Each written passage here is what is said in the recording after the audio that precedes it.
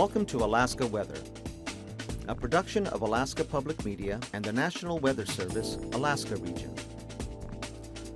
Produced and broadcast daily from the studios of KAKM, Alaska Weather provides complete forecasts, public, marine, and aviation for all of Alaska. Alaska Weather is made possible by the following sponsors. Cook Inlet Tug and Barge is a marine transportation company specializing in harbor services with a primary marketing focus on the Port of Anchorage, providing their customers with quality-based service specifically tailored to their needs.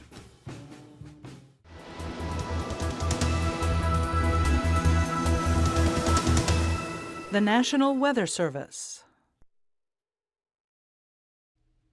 And good Friday, everyone. I'm meteorologist Dave Snider with the National Weather Service. It is the 13th of June, Friday the 13th. If that really gives you the creeps there, the weekend still looks about the same there with more wet weather coming into the south, wet weather approaching southeast and filling in a little bit more, and a chance of thunderstorms in the interior with showers and areas of fog across the west, and another storm working into the Aleutians. As always, you can keep up to date with all of that by heading to our website at weather.gov/Alaska or arh.noaa.gov. They'll go to the same place.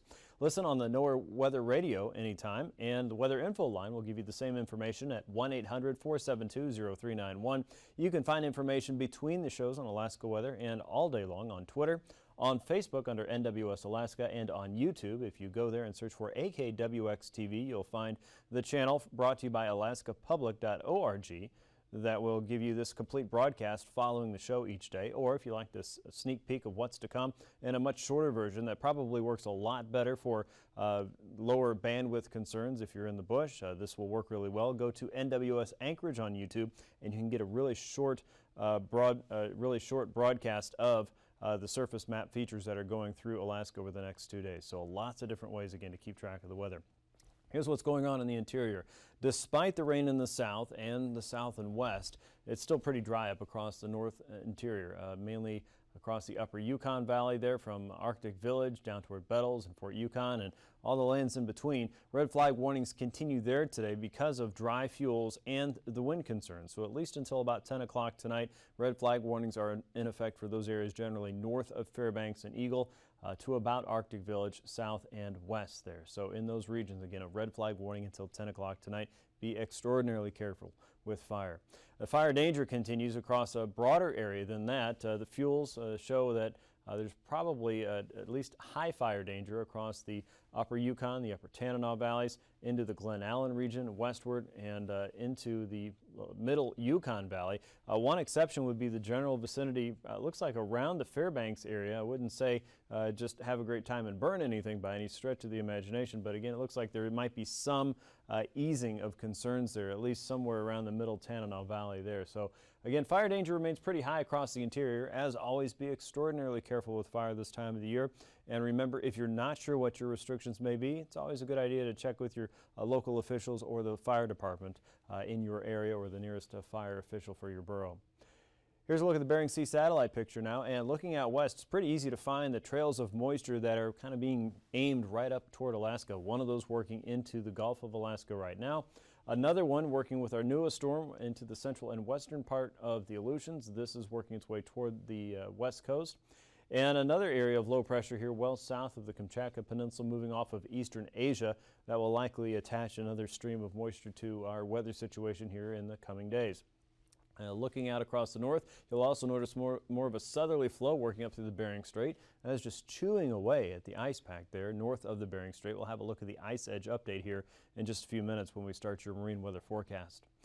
Looking at the visible satellite picture, you can see the current weather maker across the Gulf right here. This comma-shaped cloud is pushing moisture in from the south to the north into the interior. Some of that is helping to spawn some showers and thunderstorms across places up and down the Yukon Valley from west to east at this point. It's also bringing moisture closer to southeastern Alaska. You can see some of the convective weather here across the Yukon. Some of that, along with some daytime heating, has been allowed to create some storms closer to the Alcan this afternoon. And here's our drier weather just north of Fairbanks, and again without a whole lot of precipitation there and the dry fuels already. No wonder fire danger is a little bit higher in that region, and with any strong winds that just makes that worse. Looking out to the west across the central and western chain, you can see another frontal boundary here dropping south from the Gulf of Anadyr. As that brings colder air southward, we're going to turn up a little bit more wind across the central and western chain. It doesn't look like anything spectacular at this point, but it'll probably bring up a brisk breeze from time to time. Look at more of a northwesterly flow across the Alaska Peninsula. Drier air working into the Gulf.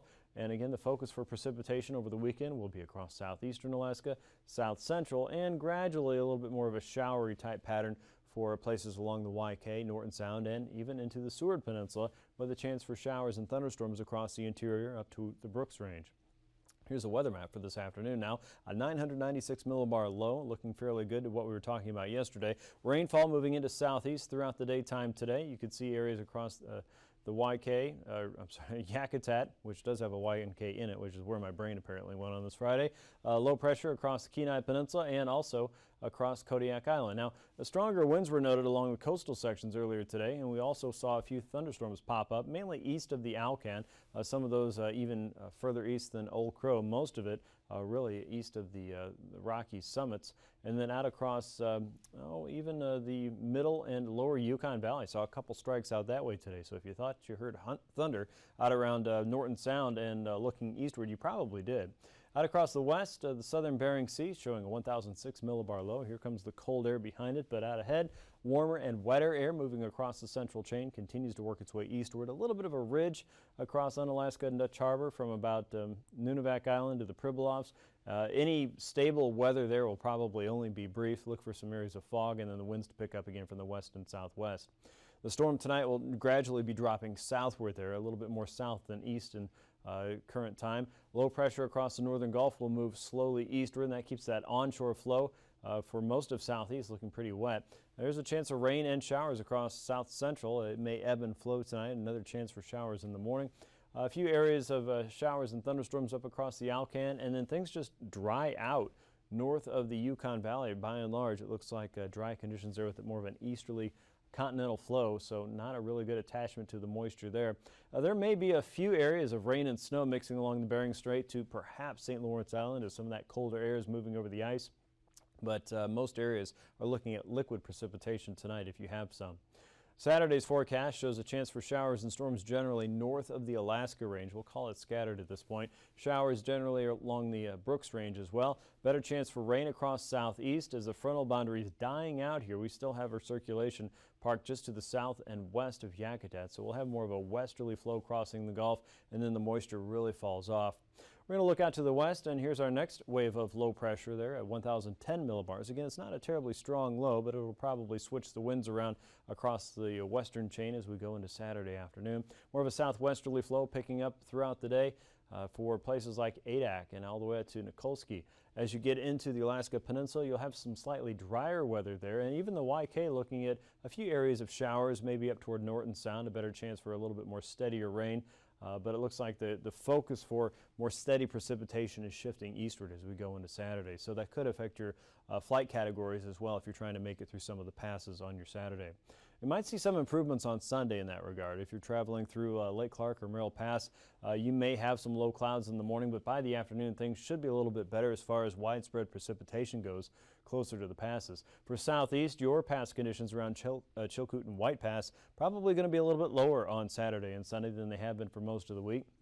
There's still an opportunity for some more steadier, maybe question mark on the heavier rain. If there's going to be some steadier, heavier rain, it's going to be in the southern sections. Got a weak circulation here. I almost dropped in low pressure right about here. You can kind of see the kink in the isobars here, but it looks like the focus for more heavier precipitation will be a little bit further south. You'll notice warmer air building into the southern Gulf once again. That's a sign that we've got another surge of rain coming in. And then showers and thunderstorms probably north of the Alaska Range. So you'll notice areas along the Alcan, probably just south of Ambler and into maybe the McGrath region. Wouldn't be surprised to see a couple of sparks there from the sky.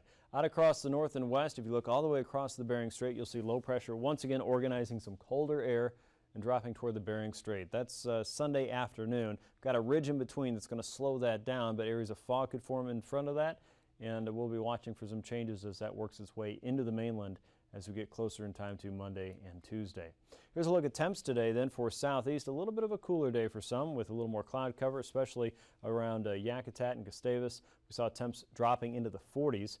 For areas around Juneau, 52 degrees there. Ketchikan and Annette in the mid-50s. Haida Gwaii was closer to 54 degrees. Prince William Sound saw temperatures in the 40s and 50s, around 50 in Cordova today, 53 in Seward, 51 in Homer, and a cooler day in Anchorage as well, at lower 50s there. Talkeetna 54. Glen Allen was showing 55. Around Fairbanks, 67 degrees. Eagle, blistering 72, 55 in Northway, and Healy we're showing 59 with Greeley at 62. Farther north still, Fort Yukon 68 degrees, 55 in Arctic Village and Anaktuvuk Pass. Now across the Arctic, so what is going on there? Well, it has everything to do with the wind and the cloud cover. Look at this. 30s along the Chukchi Seacoast, 52 for Prudhoe Bay and Dead Horse. Nuiqsut was 56 with 35 in Kaktovik. If the wind was working in your favor today, it was a much warmer day than normal. 30s, 40s, and 50s for Kotzebue Sound. Kotzebue itself looked like 53 degrees. Kivalina 40. 53 in Nome. Norton Sound temperatures in the 50s today. Bethel was showing 55 with Hooper Bay around 47 degrees. Nunivak Island 43. In Bristol Bay, temps in the mid-40s there. The Alaska Peninsula a little bit cooler up around Port Hayden and Pilot Point. Sandpoint 52 degrees. Kodiak Island in the low 50s. Dutch Harbor was 50 degrees. The Pribilofs in the 40s. Same goes for the central and western parts of the chain. Now overnight lows will cool into the lower to mid 40s. 47 in Kodiak Island. Closer to 50 degrees for southeast. Prince William Sound in the mid 40s. Same goes for most of the areas up and down Cook Inlet. For the interior, upper 40s and lower 50s. Fairbanks, milder 51 degrees, 36 in Anaktuvuk Pass with the Arctic coast in the lower 30s. Many areas west of Barrow below freezing. 39 in Nome and the YK, closer to 40 degrees. Bethel, about 40 degrees on the button. High temperatures tomorrow in the interior will warm into the upper 60s and lower 70s. Fort Yukon could be one of the warmer spots again. They're at 71. 30s and low 40s for the Arctic coast. Barrow back to 38 degrees with Prudhoe Bay, maybe a little bit cooler, 42. Mid-50s for southeast, Prince William Sound in the lower 50s. Anchorage closing in on 60 degrees, but that'll be tough with more rain in the forecast. 59 in Kodiak and 40s and 50s for the Alaska Peninsula with high temperatures in the chain, mainly in the upper 40s. 44 in St. Paul, 41 in Nunivak Island, and 37 for St. Lawrence Island with 50 in Nome. Now, flying concerns tomorrow as far as thunderstorms go. That'll generally be along and north of the Alaska Range and south of the Brooks Range along the middle Yukon Valley. For most of southeast, expect at least MVFR conditions throughout the day, and some of that will continue around the Talkeetnas and the Alaska Range tomorrow. Mainly south of Moose Pass, you should see slightly improved weather during the afternoon. Across the west, the Bering Strait, St. Lawrence Island, and north of Nunivak Island and along a large part of the Arctic coast, expect IFR flying tomorrow, and across the central chain to about the Pribilofs and westward, expect IFR with MVFR through most of the Bering Strait. Here's your pass conditions then. Anaktuvuk Pass and Adigan Pass, we expect to be VFR. Some improvements over what we saw earlier today. Lake Clark and Merrill Pass, at least MVFR through most of the day. There may be some temporary restrictions there, so watch the cameras. Rainy Pass, MVFR conditions expected there. Windy Pass, probably looking at some convective weather in the afternoon. MVFR otherwise. Same goes for Isabel Pass with some expectation for improvement during the day, but do watch for showers and thunderstorms to build. Mentasta Pass looking at VFR by the afternoon, also looking for a chance for showers and storms in the east. Tenita Pass looking at MVFR through most of your Saturday. Portage Pass will also call marginal through your Saturday. And Chilkoot and White Pass, rain in the region and a lower deck than what we've seen in recent days. MVFR conditions there for both passes. Freezing levels show the colder air still poised and ready to drop southward, but it's running into the warm air that's across the Gulf of Alaska right now. Across the Dixon entrance and southward, you can see the levels as high as 6 to even 10,000 feet, a little bit further south than Haida Gwaii. The surface freezing line right up against the Brooks Range, and most of the mainland Alaska running between 4, 6, and well, about maybe let's say about 4,000 and 6,000 feet through most of the mainland, with some cooler and lower levels there across the chain and also across a very far western tip of the Seward Peninsula. Icing potential then, we've got enough moisture, we've got enough lift. There is potential for at least light to isolated moderate across a large part of the Yukon Valley and then southward through Prince William Sound and also across southeastern Alaska. The levels are pretty high up there to about 12,000 feet, but they could start as low as 4,000 feet, maybe 6,000 feet in the west. And of course, thunderstorms do imply the icing threat as well, below 14,000 feet in the west and above 8,000 for places like Kiska out towards Shemya. You could run into a little bit more occasional moderate there with that next storm. The jet stream potential shows our low pressure system dropping southward into the Bering. It's pretty much been there for the last couple weeks. It's going to stay there, but it is reinforcing that ridge of high pressure across the Gulf. That is channeling Pacific moisture that we saw on satellite right into the Gulf of Alaska and right into southeastern Alaska at this point. So here comes cold out of eastern Siberia with this pattern, and here comes more moisture from the Pacific. So really not a whole lot of change at this point. At 9,000 feet, we have our circulation closer to southeastern Alaska, a weak area of high pressure across the interior. That's keeping winds pretty light right now. And we've got another circulation between Nunivak Island and St. Lawrence Island. Wind speeds there and all the way down into the North Pacific, only about 10, maybe 20 knots, 30 knots once you get into the North Pacific. At 3,000 feet, a very light flow coming in from the north and east across the interior, especially the eastern interior and the upper Yukon Valley. More of a northerly flow running down the coast and also across the Gulf of Anadyr, wrapping into the circulation across the central chain. Wind speeds are probably the fastest across the Gulf, wrapping into southern parts of southeast here between 20 and 30 knots, and also might be a little choppy across the Alaska Peninsula with wind speeds there running through the gaps at 15 knots at 3,000 feet, but below 5,000 feet. Don't be surprised to run into some light, maybe isolated moderate turbulence. Below 10,000 feet across the Chukchi Seacoast into the northern Bering. Thunderstorms imply areas of turbulence as well, and probably along the Alaska Range and the central and western chain. Generally below 10,000 feet in the west, you could run into a little chop as well. That's a look at your aviation forecast. I'll be back with an update on the sea ice edge and your marine weather here in just a few minutes. Stay tuned.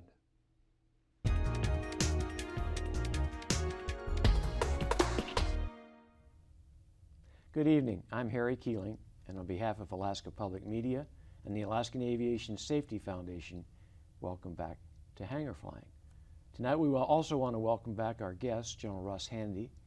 General Handy was on last time, and we started talking about his incredible resume. And he's been a fighter squadron commander, a fighter wing commander, and an incredible amount of experience, but his flying pedigree is very important. He was a graduate of the U.S. Air Force Fighter Weapons School, which is clearly is the most prestigious flying course in the United States Air Force.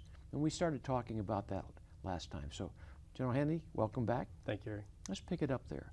Are there lessons that you came away from weapons school with that might be transferable to the GA pilot up here in Alaska? Absolutely, and I learned this first as an instructor there, and I was also a safety officer in the wing and investigated several fatal mishaps that we had sadly occur there on the range at Nellis during my time. But I really learned it again more intensely as a wing commander when I was the 57th Wing Commander, and so the weapons schools under my organization, in addition to the Thunderbirds and the red flag, green flag exercises and the aggressors. And that really hit home then again, and that is as intense as the training is that we do there, and as challenging and complicated the scenarios are, the mishaps are really unlikely to happen during that intense training. The mishaps are likely to happen during some other portion of the mission where you let your guard down. The students and the instructors are so intently focused on mission preparation, chair flying those missions and briefing them and understanding exactly what's going to happen, thinking through all the contingencies, that the really, really challenging portion of the mission is not what you want to watch out for. What you want to watch out for are the areas of the mission where you may get complacent. And we would across the Air Force see this again and again, where individuals would fly a very challenging mission and then fly below minimums and have a mishap or run into each other in formation, a very administrative portion of the mission. And so I took that away and take a place like Alaska. I suspect that people that are going to go out and fly in the harsh environment of Alaska are fairly smart on mountain flying and fairly smart on bad weather. But I think you can sometimes get so focused on the challenging portion of the mission that you forget that mission's not over, until your wheels are on the ground and chocks are in. Mission starts when you pull the chocks and start rolling away. And so if you're rolling off the ramp and you're thinking about 20 minutes later, 30 minutes later, and looking through your lineup card or your mission, and you taxi into another aircraft or a building, then the mission is over before you ever get there. It's funny that you mentioned that, because as you were speaking, that's the exact scenario that I think of for a private pilot. particularly with a tail dragger. Here you've had a tough mission, you've landed the aircraft well, and you get distracted or you get taxiing too fast and you ground loop the airplane. I mean, on the ground, there's just no excuse for it, but it's interesting when you compare the high performance fighter pilots in that situation and the type of accidents that you discussed. I think you get your brain into a particular speed. I know I feel that way, and it comes really automatically after a while. You get into a fast-paced portion of the mission that you've thought through intensely and prepared for, and your brain operates at that speed. And then, you know, when the fight's over and there's a knock it off, you know, you kind of take a big sigh of relief. Now it's easy, I can fly home, and you let your guard down. Sir, we've got just a couple of minutes left, but I want to take that what you just said, and you and I have talked briefly about your absolute commitment to responsibility and safety. Talk a little bit about your philosophy. Well, I think you have a commitment to yourself. You know, you have a commitment to your family. You have a commitment I feel as a commitment as a leader to demonstrate that sort of discipline and that sort of responsible behavior. In my position now, I fly F-22s. I don't fly them very often, so I won't call myself very good at it. But I fly that aircraft, and everybody's kind of watching me, right? So down to the youngest airman, down to the youngest crew chief on the flight line, I think is sort of, you know, watching what I do and expecting me to uphold that example. And I feel that way about everybody that I see flying. I mean, I'm looking for good and bad examples out there every day. So I think we have a responsibility not only to ourselves and our families, but to everyone else that we fly with and around. What I'd like to do is get you back again. And I want to get into flying the F-22 because I know that our audience out there are fascinated by the jet and get some of your personal experiences and opinions about it. So let's get you back on again. You bet, I'd be happy to. Appreciate you being on tonight. Ladies and gentlemen, I want to remind you that the Alaskan Aviation Safety Foundation is member supported. And the best thing to do is to renew your 2014 membership, or if you're not a member, go to our website, aasfonline.org, and for $35 for an individual membership, you can keep things like this program going. And until next time, we'll get General Handy back on. Fly safe.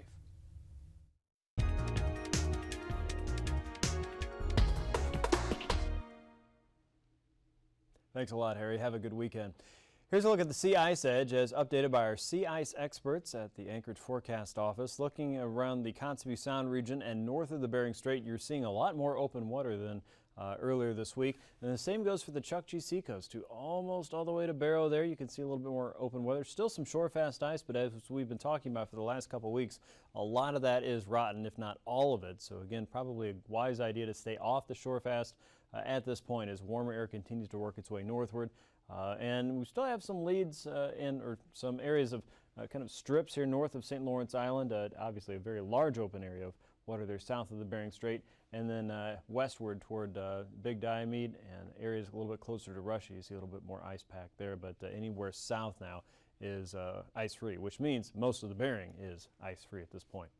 Saturday's forecast in southeast, broad south and easterly flow for the inner waterways, 15 to 20 knots there, seas between 3 and 4 feet. And for the coastal areas, a southwesterly push south of Sitka to Craig with 12 to 14-foot seas there, 14-foot seas northward as well with more of a south and easterly flow coming into Yakutat and the northern entrances there around 25 knots. We'll have a reversal of the wind on Sunday after the front passes. Westerlies onshore to Yakutat, 7-foot seas there, 9, 11, even 12-foot seas in some areas. The further south you go, north and northwesterlies there coming into the southern entrances. Northerlies in the Lynn Canal, winds down to 10 knots with 2-foot seas. Easterly flow around Petersburg. 15-knot wind there with the 3-foot sea. Northwesterlies around the Clarence and Chatham Strait. 3-foot seas are expected there by the end of the weekend. Across south central, light winds inside Prince William Sound. West and southwesterly flow coming up through Shelikof Strait and the Cook Inlet. 15 to 30 knots there with up to 9-foot seas west of the Barrens. Northwesterlies on the eastern side of the Barren Islands. 20-knot winds there as well as most of the western Gulf with winds coming in from the north and northwest. Westerlies on the east side of Kodiak Island with 9-foot seas there. That diminishes to 25 knots by Sunday. More of a light and variable flow inside and outside of Prince William Sound and Resurrection Bay. Still looking at more of a southerly flow inside of Cook Inlet, a westerly flow west of the Barrens at 25 knots, and still holding onto that southwesterly flow in Shelikof Strait, though that diminishes as well down to 20 knots with a 4-foot sea. Across the Alaska Peninsula, westerlies inside Bristol Bay with 25 knots. Northwesterlies there north of Cold Bay, and you're looking at a westerly flow on the Pacific side, 15 to 25 knots with 6 to 7-foot seas on Saturday. The flow changes once again, feeding into low pressure moving across the Aleutians. We have light easterlies on Sunday at 15 knots south of Sand Point, and southwesterlies feeding into Castle Cape and Chignik at 15 knots with a 5-foot sea. And flow inside of Bristol Bay reverses course to 15 knots from the east with a 3-foot sea on Sunday. Looking at broad west and southwesterly flows across the Aleutians on Saturday there. A flow around 15 to 20 knots will do the trick for the central and eastern chain. For the west, more of a west and northwesterly flow, 6 to 7-foot seas there for Saturday, and on Sunday that becomes a little bit more northerly with time, 20 knots with a 6-foot sea out toward Attu. Light and variable winds north of Nikolsky and on Alaska and east of Atka there. Seas still holding around 4 to 5 feet in the Bering and 4 to 5 feet across the Pacific side, 15 to 20 knots with still westerly winds there south of Adak and Atka. Across the west coast, stronger northerly flow coming across the St. Lawrence Island with 6-foot seas there and 30-knot winds. Southerlies across the Pribilofs with a 10-knot wind at 4-foot seas. Northwesterlies moving across Nunivak Island and into Kuskokwim Bay, becoming westerly with time with a 5-foot sea there. That lessens somewhat as we get into Sunday. A variable flow north of Nunivak Island to Hooper Bay. Northwesterlies also diminishing there around St. Lawrence Island out to the St. Matthew Island waters, looking at 15-knot winds with 3 to 4-foot seas. And across the Arctic coast, a light north and easterly flow on Saturday. Northerlies coming into the Bering Strait, 15 to 25 knots with 3 to 5-foot seas. By Sunday, lighter winds across the Beaufort Sea coast at 10 knots, more from the east, and a westerly onshore flow inside of Kotzebue Sound at 15 knots with a 3-foot sea. Still looking at 4-foot seas north of Point Hope. Recapping tonight's weather, showers and thunderstorms will be possible across the southern third of the state with a focus for heavier rain across southeast and a new storm in the west. Look for the best chance of thunderstorms this weekend, mainly north of the Alaska Range and south of the Brooks Range, with showers diminishing in the west, rain continuing in southeast, and the winds picking up a little bit more in the chain. Thanks for watching Alaska Weather. Have a good weekend. These forecasts are to be used for planning purposes only. Call 1-800-WX-BRIEF for a formal pre-flight briefing. Always file a flight plan before you go flying. The U.S. Coast Guard Auxiliary urges you to leave a float plan with a friend or the harbor master before you go boating. Alaska Weather is made possible by the following sponsors.